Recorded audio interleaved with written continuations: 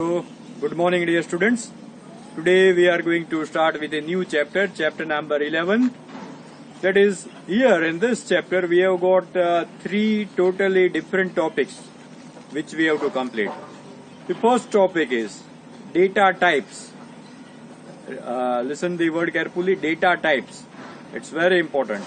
Second one is operators. Okay. There are not only few operators such as plus, minus, division, but there are so many types of operators. Okay. And in each type there are so many subtypes. So that will be the second topic, and last one will be expressions in C language. Okay. So we are going to cover this three topics in this chapter. Now in the previous chapter we saw some simple C programs.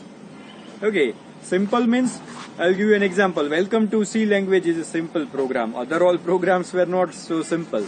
Okay, that was the simplest program. We also learned about the character set and tokens of C language. In the ending of the previous chapter only we had discussed this topic. That is character set and tokens in C language. One of the tokens discussed was identifier.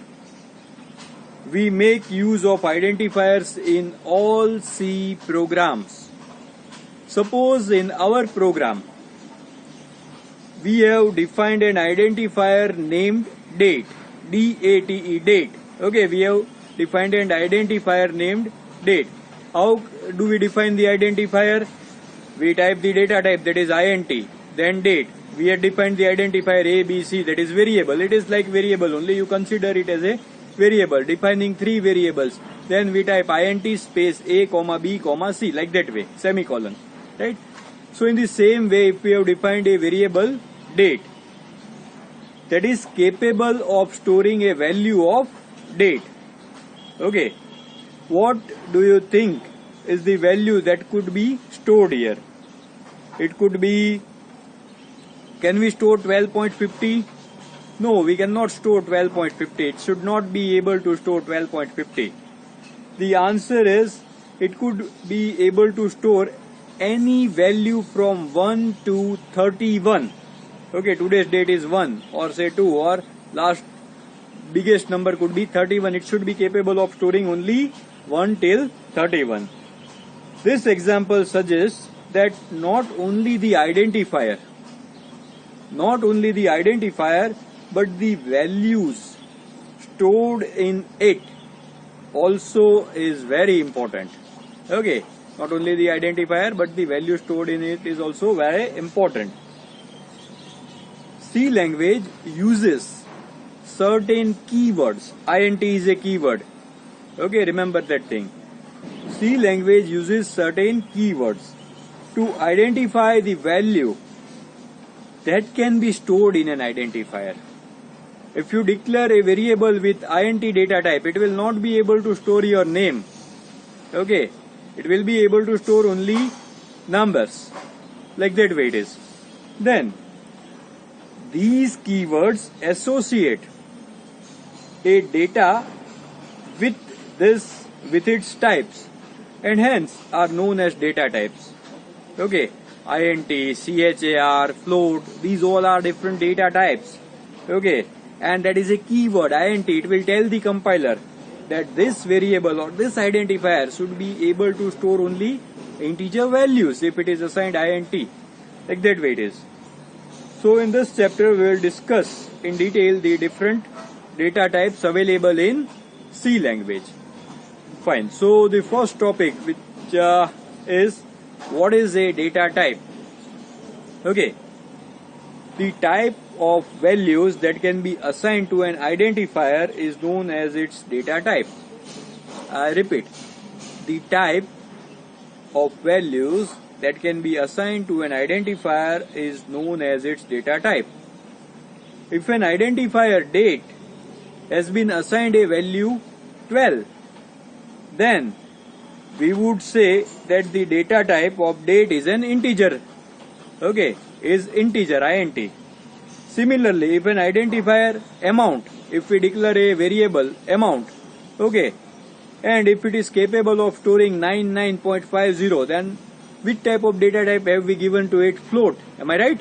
If you give int amount, then it will not be able to store a number with points. So then it will suggest that amount is a real data, that is a number with floating point, and we will assign float data type.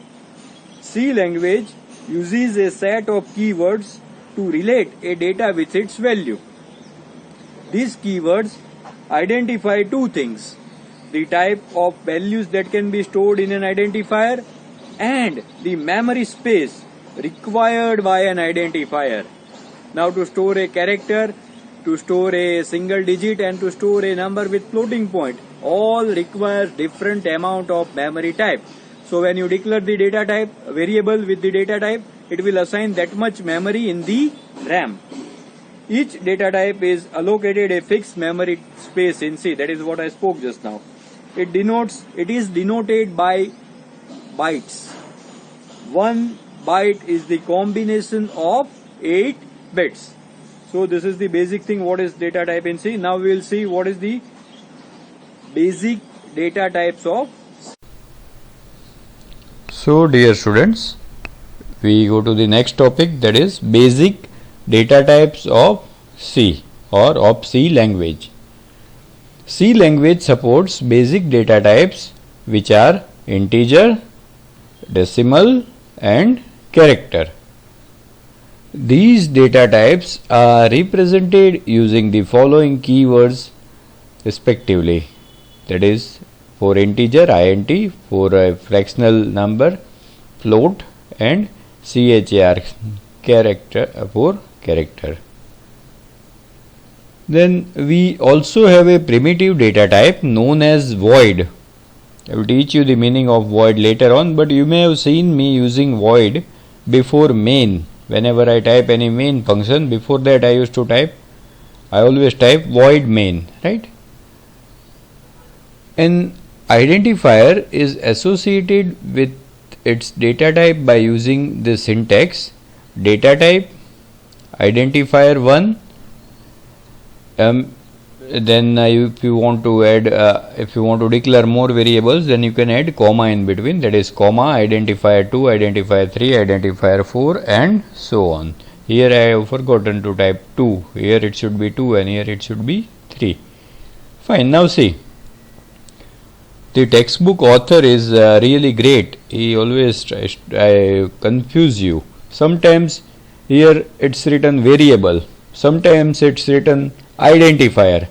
Now you mug up one thing, that identifier means variable and variable means identifier, so that every time I don't have to say this point. Fine. Now if you want to declare a variable, you know data type. For example, int. You want to declare a variable a, then after int you write a and then semicolon, right? And if you want to declare three variables a, b and c, then you type here int a, comma b, comma c, that is what is given in the bracket, and semicolon. So that is the syntax. Now, as an integer is a whole number, positive or negative.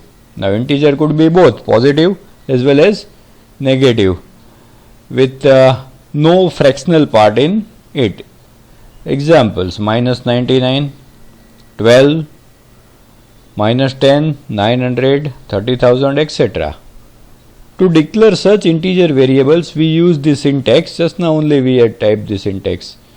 Int identifier 1, that is variable 1, variable name, and by applying comma you can declare any number of variables.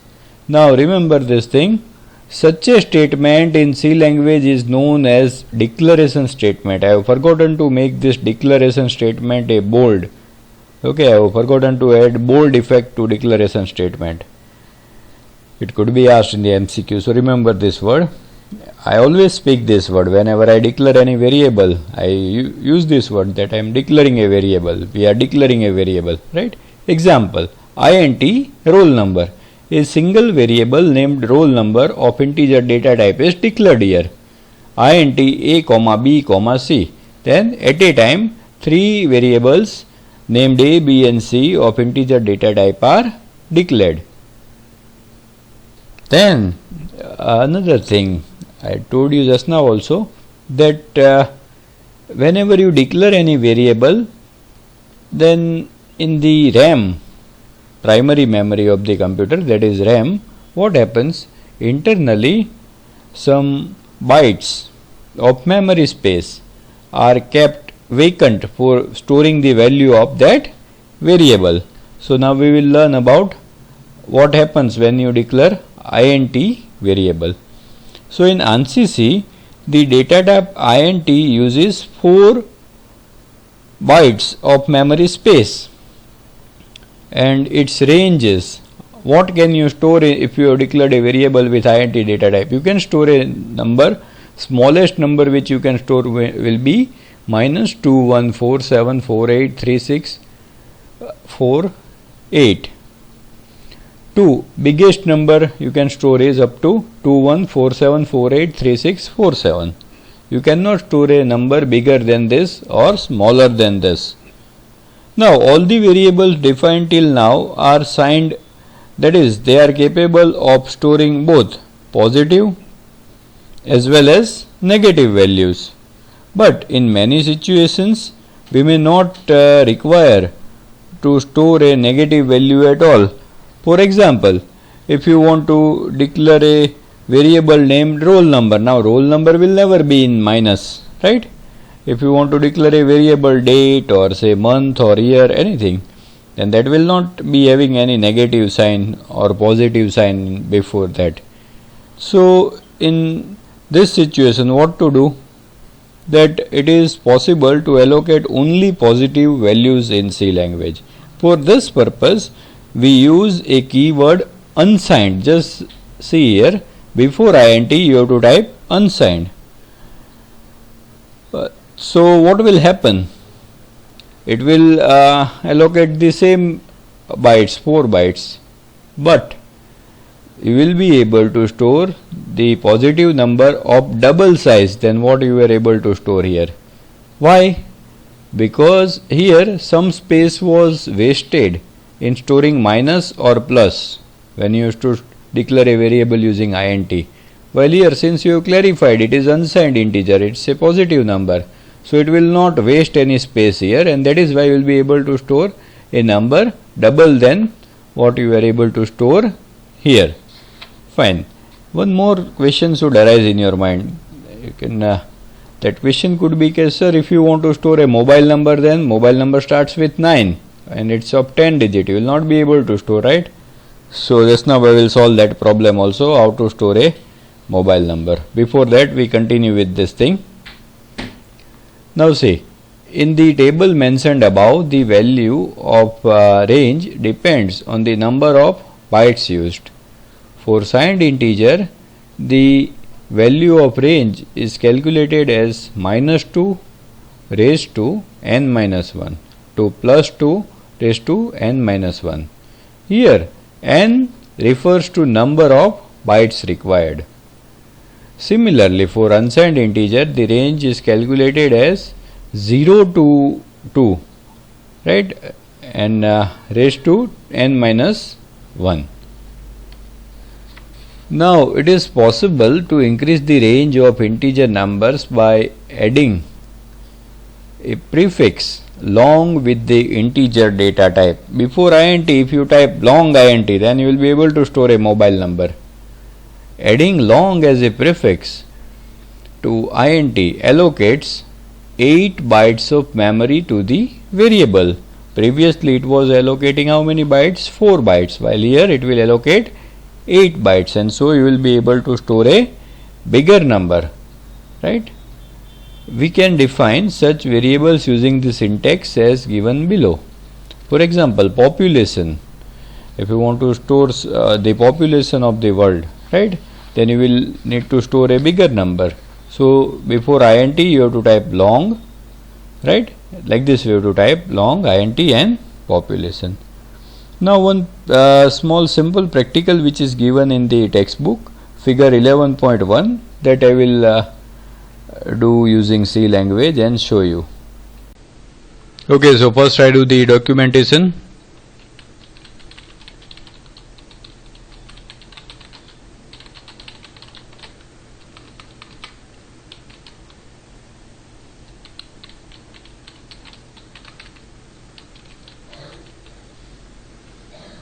Okay, in integer data types we are going to use three different things: int, unsigned int, and long int. First I include the files, library files.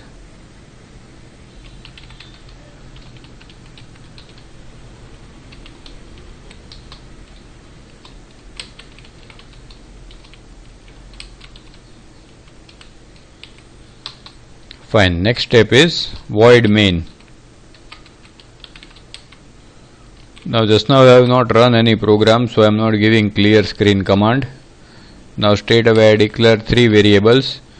Now first variable I give the name profit. Profit could be in minus also, means profit or loss, whatever it is. It could be in minus also, so I type here minus 10 or minus 100. Okay.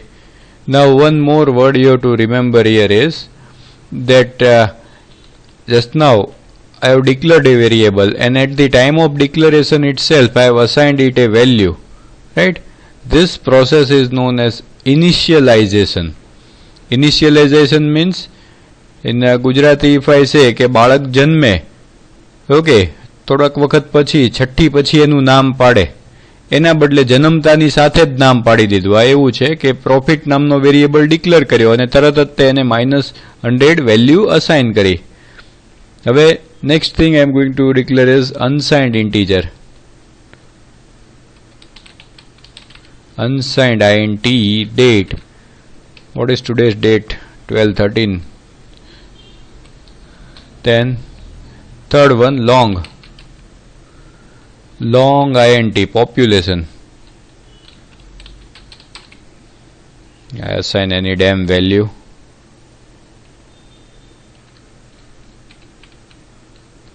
Okay, fine. So we have done three initialization. Now I will print the values lying in these three variables.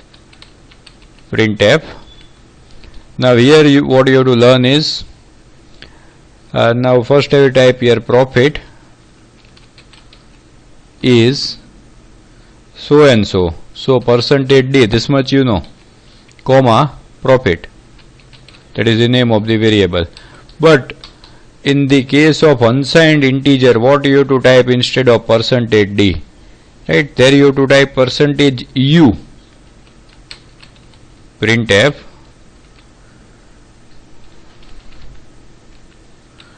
today's date is, what will come here? Percentage u, comma date. And what you have to type in long integer? Printf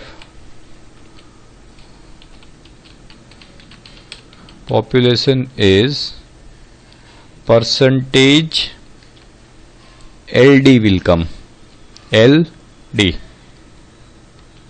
comma name of the variable population.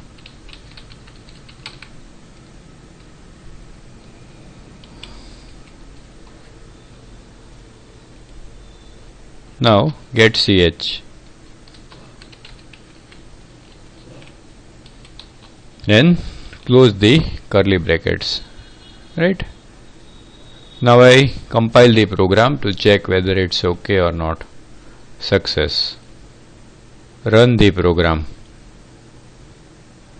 Today's profit is 100, today's date is 13, population is so and so. So it's running perfectly, no issue at all. But if I want to print everything in different line, then first thing I will have to add everywhere /n, right? This I want to print in a new line. So in the last video I taught you /n. These are known as which type of characters? Try to recollect. I taught you this thing, backslash characters. Okay, now I will also have to put a clear screen here, because otherwise it will display the previous output also. Fine. Now I run the program. Right, so it's displayed in the different lines. Now, at times when we want to store real numbers, what is the meaning of real numbers? A number which is having a fractional part. Okay, at that time, float data type is used. Now, to store real numbers, C language supports a data type identified by the keyword float. As we type integer, for integer we type int and then the name of the variable. Same way here we type the keyword float and then the name of the variable. These all are the examples of floating numbers. Minus 99.33, 12.12 means a number with a fractional part. To declare such float variables, we use the syntax float and the name of the identifier or variable, and if we want to declare more variable, we can put comma in between and declare many variables at a time. Such statement in C language is known as declaration statement. This we have already studied. Now, if we want to declare a variable name area, an example is given float space and then area semicolon, like that way. Now, another thing, in integer we had got only int, but here there are some more options, and why more options are there, that we will see. See, here we have got three options: float, double and long double. Okay, so one by one I am explaining you the thing. First one is float data type. Float data type occupies 4 bytes. Now see, these all things, these figures you have to remember. It could be asked in the MCQs. This thing you don't remember. Such a complex figures you cannot remember. So this type of things I may not be asking in the exams. So float data type, if you declare a variable with float keyword, then it will take 4 bytes space. Now the meaning of significant digits is precision. How much precision will that variable have? The precision will be of only 6 digits. What does that mean? If I have stored a number, say 1, 2, 3, 4, 5, 6, 7, 8, 9, 10, 1, 2, 3, 4, 5, 6, 7, 8, 9, 10, then the precision will be means whenever I give an output or whenever I use that number, first 6 digits will be correct, that is 1, 2, 3, 4, 5, 6 will be correct. Then after 6 it could be 7 or it could be 9 or it could again be 2, anything. So here there is very less precision. Okay, when we want to use bigger number we should not use this. And this is the range which is given here. The range is given in scientific form. Then double data type. Okay, double keyword. Okay, double keyword gives us the precision of 16 digits. Okay, so the first 16 digits will be stored correctly. So this is a proper thing, and it occupies 8 bytes. Like this way you can declare double. For example, the name of the variable total price. Fine. Then still bigger is long double. Here this range is given which I am not reading. Now here again the precision remains the same, but it occupies 16 bytes. Fine. Then as can be seen in the table above, we have specified range in scientific form. This is because C also supports scientific format.